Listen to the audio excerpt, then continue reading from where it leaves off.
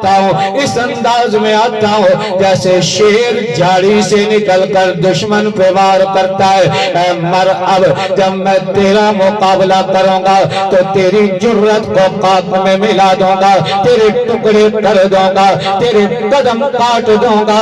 جب حضرت علی نے وار کیا، مرحب زمین پہ گرا تو مرحب کہنے لگا، یہ شکست فاش مجھ کو آج پہلی بار ہے، یہ شکست فاش مجھ کو آج پہلی بار ہے، معلوم ہوتا ہے کہ تو ہی حیدر قرار ہے۔ اللہ اکبر کبیرہ۔ حضرت علی المرتضی رضی اللہ تعالیٰ عنہ میرے آقا صلی اللہ علیہ وسلم کے جانے کے بعد صدیق اکبر رضی اللہ تعالیٰ عنہ کا 2.25 سالہ دور ہے، اس کے اندر وزیر مشیر حضرت علی رضی اللہ تعالیٰ عنہ رہے۔ صدیق کے دور میں منکرین ختم نبوت سے جہاد ہوا، صدیق کے دور کے اندر منکرین زکوٰۃ سے جہاد ہوا، قانون بنے، اصطلاحات نافذ ہوئے، جہاں پہ صدیق کا حصہ ہے وہاں پہ علی ان کے وزیر مشیر ہے، ان کا بھی حصہ ہے۔ حضرت فاروق اعظم رضی اللہ تعالیٰ عنہ کا 10 سالہ دور ہے، 3600 علاقے فتح ہوئے، جہاں پہ عمر کا حصہ ہے وہاں پہ علی ان کے وزیر مشیر ہے، ان کا بھی حصہ ہے۔ حضرت عثمان غنی رضی اللہ تعالیٰ عنہ کا 12 سالہ دور ہے، 44 لاکھ مربع میل پہ اسلام کا جھنڈا لہرایا گیا، جہاں پہ عثمان کا حصہ ہے وہاں پہ علی ان کے وزیر مشیر ہے، ان کا بھی حصہ ہے۔ اللہ اکبر کبیرہ۔ میرے آقا صلی اللہ علیہ وسلم کے زمانے کے اندر حضرت علی 2 سال کی عمر میں میرے آقا کے پاس آئے، جوانی گزاری، فرمایا 1,44,000 صحابہ میں سے کسی کو یہ مقام نہیں ملا کہ اس نے میرے آقا کے گھر تربیت پائی ہو، پرورش پائی ہو۔ یہ صحابہ میں سب سے زیادہ یہ خصوصیت حضرت علی کو حاصل ہوئی ہے کہ جو میرے آقا کے گھر سے کھاتے رہے، میرے آقا کے گھر میں تربیت پائی۔ دوسرے نمبر پہ فرمایا علی سب سے بڑا قاضی ہے، میرے آقا کے دور کے اندر کئی فیصلے کیے، صدیق کے دور میں کئی فیصلے کیے، فاروق اعظم کے دور میں کئی فیصلے کیے، عثمان غنی رضی اللہ تعالیٰ عنہ کے دور میں کئی فیصلے کیے۔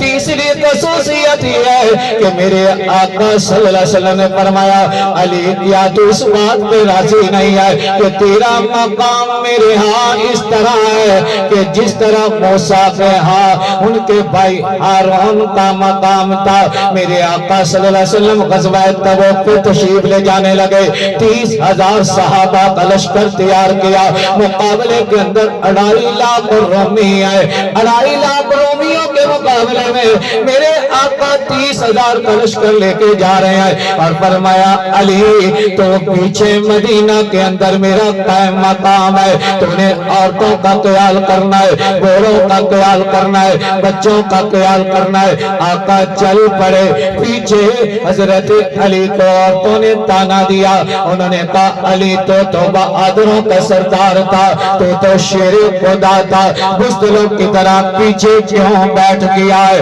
حضرت علی رضی اللہ تعالیٰ عنہ کو جوش آتا ہے، سواری پہ سوار ہوتے ہیں، چل پڑتے ہیں، مقام جلب پہ میرے آقا صلی اللہ علیہ وسلم سے ملاقات ہو جاتی ہے۔ میرے آقا فرماتے ہیں علی میں نے تو تجھے مدینہ میں چھوڑا تھا اور تیرا میرے ہاں مقام اسی طرح جس طرح موسیٰ علیہ السلام کے ہاں ہارون کا مقام تھا کہ موسیٰ علیہ السلام طور پہاڑ پہ پیچھے قوم ہارون کے حوالے، اسی طرح آج میں جہاد پہ تجھے پیچھے مدینہ منورہ چھوڑ کر آ گیا۔ اللہ اکبر کبیرہ، اللہ نے کیا شان اور مقام عطا فرمایا ہے، اللہ اکبر کبیرہ۔ حضرت علی المرتضی رضی اللہ تعالیٰ عنہ کے بھی دشمن پیدا ہو گئے، سب سے بڑا دشمن خارجی تھا۔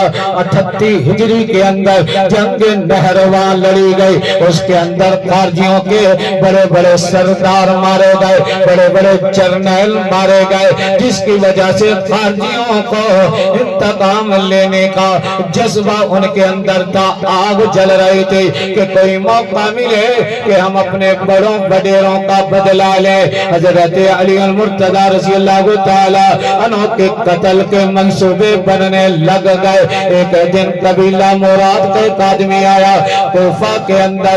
حضرت علی المرتضی رضی اللہ تعالی عنہ اکیلے نماز پڑھ رہے ہیں. جب نماز سے فارغ ہوئے تو وہ آدمی کہنے لگا, علی امیر المومنین آپ اپنا نگہبان رکھیں, کیونکہ قبیلہ مراد کے بہت سارے لوگ آپ کے قتل کے پیچھے لگے ہوئے ہیں. حضرت علی المرتضی رضی اللہ تعالیٰ نے مسئلہ تقدیر بیان کرتے ہوئے فرمایا, اللہ نے ہر انسان کے ساتھ دو فرشتے مقرر کیے ہوئے ہیں جو ان کی عبادت کرتے ہیں, لیکن جب اللہ کی طرف سے موت کا ڈر آ جائے یہ فرشتے پیچھے ہٹ جاتے ہیں.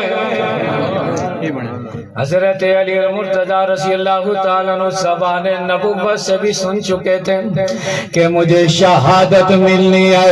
اس لیے حضرت علی رضی اللہ تعالیٰ عنہ نے جب مدینہ چھوڑا کوفہ کی طرف رخ کیا, حضرت عبداللہ بن سلام رضی اللہ تعالیٰ عنہ سامنے آ گئے اور آ کر عرض کرنے لگے, امیر المومنین خدا آپ مدینہ مت چھوڑے, آپ کوفہ کی طرف منہ کر رہے ہیں, مجھے وہاں آپ کا خون نظر آتا ہے. حضرت علی المرتضی رضی اللہ تعالیٰ جواب دیا کہ میں زبان نبوت سے اپنی شہادت سن چکا.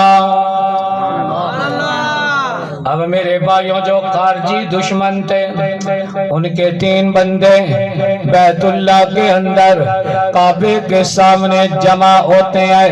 ایک کا نام عبد الرحمن بن ملجم مراد آبادی ہے, دوسرے خارجی کا نام برق بن عبداللہ ہے, تیسرے خارجی کا نام عمر بن بکر ہے.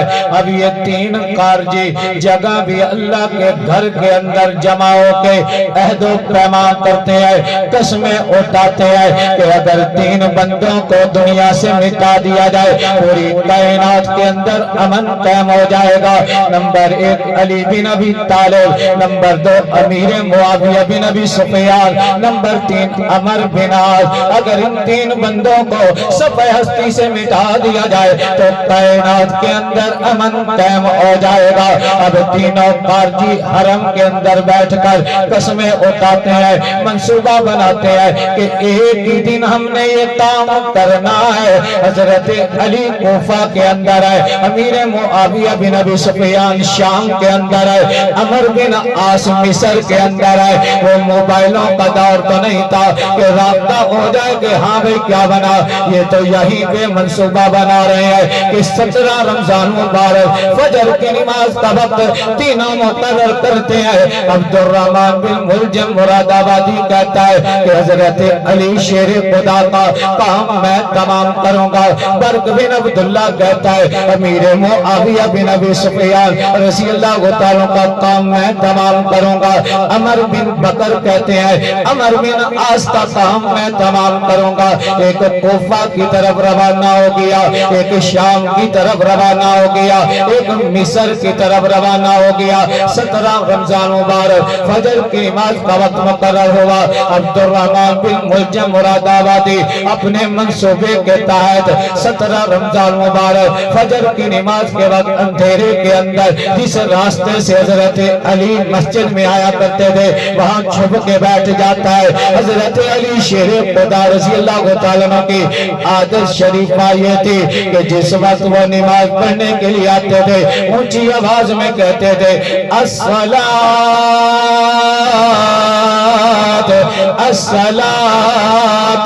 لوگوں آؤ نماز کی طرف, آؤ نماز کی طرف. جس وقت عبد الرحمن بن ملجم جان چھپا بیٹھا تھا وہاں قریب سے گزرنے لگے تو اس نے تیزی کے ساتھ مار کیا جو سر پہ لگا, زخم گہرا ہو گیا.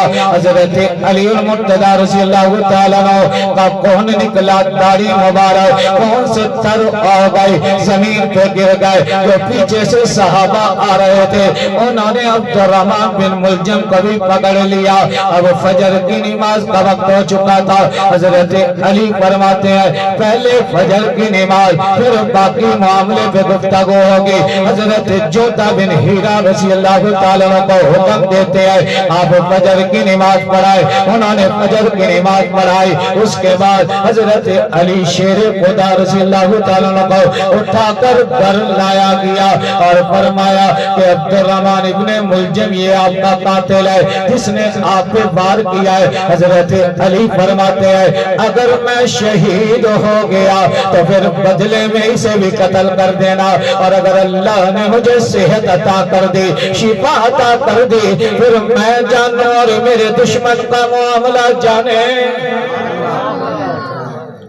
برق بن عبداللہ شام کے اندر پہنچا ہوا ہے. 17 رمضان فجر کی نماز کے وقت وہ بھی چھپ کے بیٹھتا ہے. حضرت امیر معاویہ بن ابی سفیان رضی اللہ تعالیٰ عنہ فجر کی نماز پر آنے کے لیے آ رہے ہیں. جب اس کے قریب سے گزرے تو اس نے تیزی کے ساتھ اٹھ کے وار کرنے لگے تو حضرت امیر معاویہ بن ابی سفیان رضی اللہ تعالیٰ عنہ کو کچھ سایہ سا نظر آیا. انہوں نے تیزی کے ساتھ قدم آگے رکھے تو وہ وار سر پہ نہ لگا, پیچھے سرین کمر پہ لگ گیا. حضرت امیر معاویہ رضی اللہ تعالیٰ عنہ بچ گئے. پیچھے سے جو حضرات آ رہے تھے انہوں نے برق بن عبداللہ کو پکڑ لیا. پھر حضرت امیر معاویہ کے سامنے پیش کیا گیا.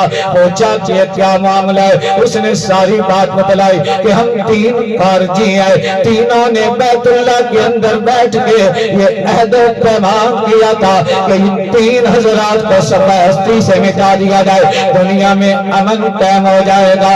اس لیے میری تشکیل آپ کی طرف ہوئی. حضرت امیر معاویہ رضی اللہ تعالیٰ نے اس فتنے کو ختم کرنے کے لیے برق بن عبداللہ کے قتل کا آرڈر دے دیا. تیسرا آدمی عمر بن بکر ہے جو مصر کے اندر پہنچا ہوا ہے اور 17 رمضان مبارک فجر کی نماز کے وقت یہ بھی چھپا بیٹھا ہے. اور عمر بن عاص رضی اللہ تعالیٰ عنہ کی اس رات اچانک طبیعت خراب ہو گئی, وہ نماز پڑھانے کے لیے نہ آئے. انہوں نے اپنا نائب خارجہ بن حبیبہ کو بھیجا. جب خارجہ بن حبیبہ وہاں سے گزرنے لگے تو اس نے وار کیا, موقع پہ خارجہ بن حبیبہ شہید ہو گئے. پیچھے سے جو صاحب آ رہے تھے انہوں نے ان کو پکڑ لیا. حضرت عمر بن عاص رضی اللہ تعالیٰ عنہ نے پوچھا تو کون ہے؟ اس نے کہا میں خارجی ہوں, 3 آدمی ہے, ہم نے یہ منصوبہ پروگرام بنایا تھا, میری ڈپٹی آپ کے خاتمے کے لیے لگی تھی, لیکن اللہ کی شان آپ بچ گئے اور آپ کا نائب شہید ہو گیا. اس کے بدلے کے اندر خارجہ بن حبیبہ کو بھی قتل کر دیا گیا. میرے بھائیوں ان 2-3 دنوں کے اندر حضرت علی المرتضیٰ شیر خدا رضی اللہ تعالیٰ عنہ کا علاج ہوتا رہا, لیکن طبیعت نہ سنبھل سکی. اس دوران مختلف وصیتیں بھی کی, مختلف پروگرام بھی تشکیل دیے. صحابہ نے پوچھا امیر المومنین زندگی کا کوئی پتہ نہیں ہے, اب اپنی زندگی کے اندر اپنا جانشین مقرر کر دے. فرمایا نا نا نا, میں تمہیں اسی حالت کو چھوڑ کے جا رہا ہوں جس حالت پہ میرے آقا امت کو چھوڑ کے گئے تھے کہ امت کا جس پہ اتفاق ہو جائے, مشورہ ہو جائے, اجتماع ہو جائے, وہ تمہارا امیر المومنین ہے. اسی طرح میں بھی کوئی فیصلہ نہیں کر رہا, اسی طرح تمہارے اوپر یہ چھوڑ کے جا رہا ہوں جس پہ تمہارا اجتماع ہو جائے, اتفاق ہو جائے, وہ تمہارا امیر المومنین ہوگا. حضرت جندب بن عبداللہ حاضر ہوتے ہیں, عرض کرتے ہیں امیر المومنین اگر آپ کی اجازت ہو تو ہم حضرت امام حسن کے ہاتھوں پہ بیعت کر لیں, اگر آپ کی کیا رائے ہے؟ حضرت علی المرتضیٰ شیر خدا رضی اللہ تعالیٰ فرمانے لگے کہ میں نہ تمہیں ہاں کے اندر جواب دیتا ہوں نہ نا کے اندر جواب دیتا ہوں, تمہارے اوپر چھوڑتا ہوں, تمہاری مرضی ہے. اس کی بیعت کر لو, تب کسی اور کی بیعت کرنا چاہتے ہو تمہاری مرضی. آخرکار 21 رمضان مبارک کو حضرت علی المرتضیٰ شیر خدا رضی اللہ تعالیٰ عنہ دنیا سے رخصت ہو جاتے ہیں. پھر ان کے کفن دفن کا انتظام ہوتا ہے. حضرت حسن غسل دیتے ہیں, حضرت حسین غسل دیتے ہیں، ان کے داماد عبداللہ بن جعفر غسل دیتے ہیں، کفن دے کر جب میت لائی جاتی ہے حضرت امام حسن اپنے بابا کا جنازہ پڑھاتے ہیں۔ اللہ، تو یہ عظیم ہستی کہ جس کے نام سے کفر ڈرا کرتا تھا، گھبرایا کرتا تھا، یہ علم کا باپ، اللہ اکبر، جو سلطنت فقر کا بادشاہ تھا، آج اس کی زندگی ختم ہو گئی اور کوفہ کے اندر ان کو دفن کر دیا گیا۔ پروردگار عالم ہم سب کو صحابہ کی سچی عقیدت محبت، اہل بیت کی سچی عقیدت محبت نصیب فرمائے، اور اللہ پاک ہم سب کو ان حضرات کا ادب و احترام کرنے کی توفیق نصیب فرمائے۔ پروردگار عالم میری اور آپ کی حاضری کو اپنی بارگاہ میں قبول فرمائے۔ وآخر دعوانا ان الحمدللہ رب العالمین۔